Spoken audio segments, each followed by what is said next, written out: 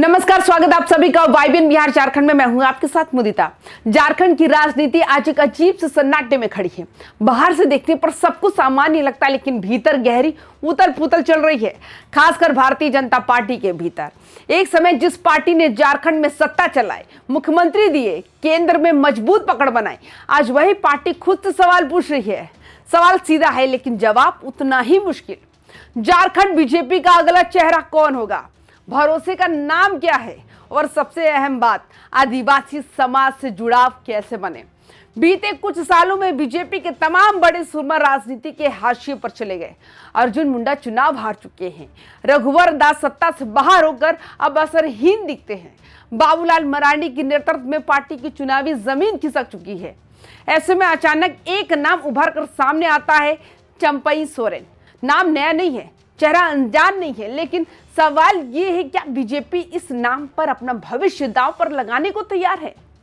ये सवाल इसलिए भी बड़ा है क्योंकि चंपई सोरेन झामुमो से आए हैं, यानी विचारधारा अलग, राजनीतिक यात्रा अलग और पृष्ठभूमि भी अलग। बीजेपी हमेशा वैचारिक शुद्धता की बात करती रही है, लेकिन राजनीति में जब जमीन खिसकती है तो सिद्धांत भी लचीले हो जाते हैं, और बीजेपी ये बात पहले भी साबित कर चुकी है। अगर नजर बिहार पर डालें तो तस्वीर काफी हद तक साफ हो जाती है। वहां बीजेपी ने आरजेडी से आए संजय जायसवाल को प्रदेश अध्यक्ष बनाया। वे आज भी सांसद हैं और पार्टी के मजबूत स्तंभ माने जाते हैं। सम्राट चौधरी की कहानी तो और भी दिलचस्प है।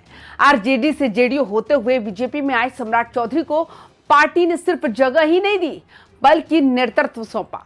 वे प्रदेश अध्यक्ष बने, आक्रामक राजनीति की छूट मिली और आज दूसरी बार बिहार के डिप्टी सीएम हैं। सच कहे तो सम्राट चौधरी आज बिहार बीजेपी का सबसे बड़ा चेहरा बन चुके हैं। तो सवाल उठता है, अगर बिहार में ये प्रयोग सफल हो सकता है तो झारखंड में क्यों नहीं? झारखंड बीजेपी आज किसी चौराहे पर खड़ी पार्टी नहीं है जहां कई रास्ते खुले हों। सच्चाई ये है कि पार्टी एक राजनीतिक खाई के किनारे खड़ी है।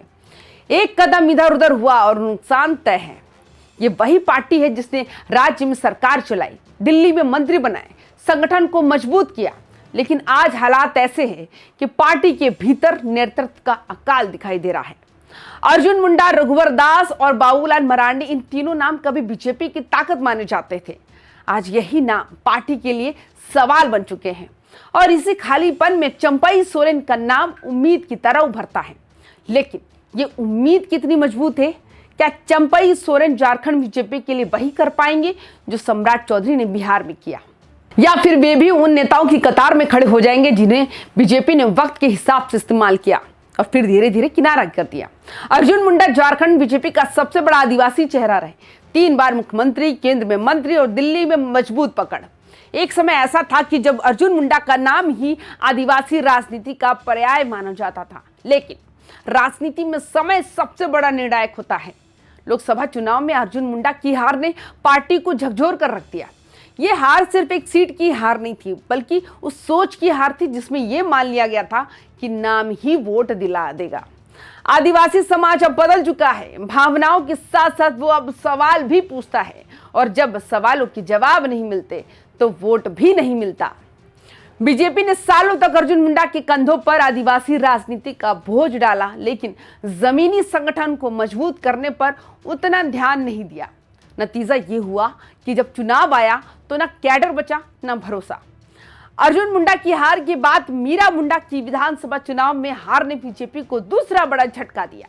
पार्टी शायद ये मानकर चल रही थी कि सत्ता की विरासत अभी भी काम करेगी, लेकिन आदिवासी समाज ने साफ संकेत दे दिया कि अब वो वंश और पहचान से नहीं, मुद्दों और जमीन से जुड़े सवालों पर वोट देगा।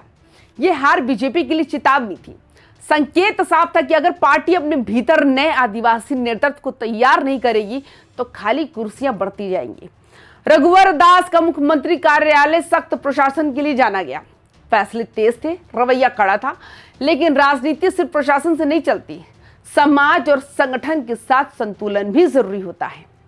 गैर आदिवासी मुख्यमंत्री होने के कारण पार्टी को पहले से ही अतिरिक्त सावधानी बरतनी थी, लेकिन धीरे धीरे संगठन और समाज के बीच दूरी बढ़ती चली गई। ओडिशा के राज्यपाल पद से इस्तीफा देने के बाद रघुवर दास का प्रभाव लगभग खत्म सा हो गया। एक समय झारखंड बीजेपी के सबसे ताकतवर नेता आज राजनीतिक रूप से अप्रासंगिक हैं। ये उदाहरण साफ बताता है कि बीजेपी में पद अस्थायी है, लेकिन जनाधार के बिना कोई भी नेता टिकाऊ नहीं होता। बाबूलाल मरांडी की बीजेपी में वापसी को पार्टी ने मास्टर स्ट्रोक की तरह पेश किया।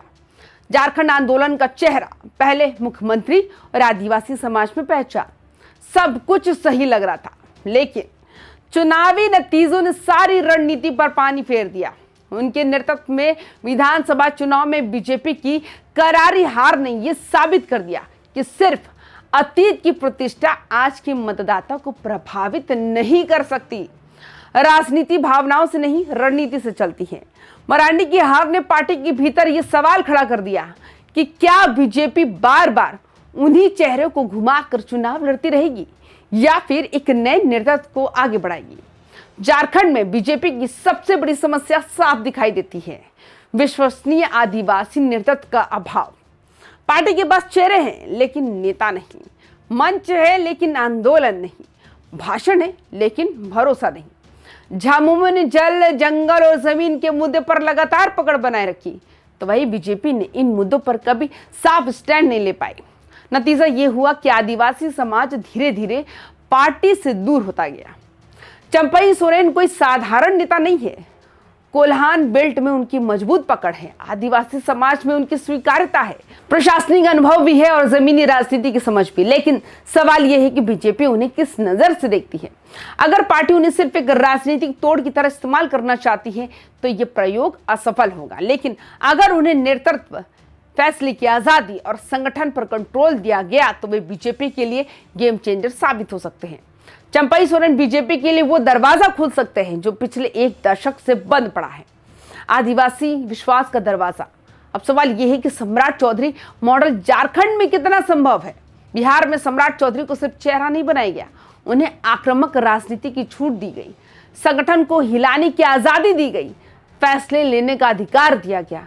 अगर बीजेपी झारखंड में भी चंपई सोरेन को वही आजादी, वही अधिकार और वही मंच देती तो वे झामुमो के वर्चस्व को सीधी चुनौती दे सकते हैं। लेकिन अगर पार्टी ने उन्हें भी अर्जुन मुंडा, रघुवर दास और बाबूलाल मरांडी की तरह सीमित कर दिया तो नतीजा वही होगा, हार। आज झारखंड विजय के पास वक्त बहुत कम है और विकल्प उससे भी कम।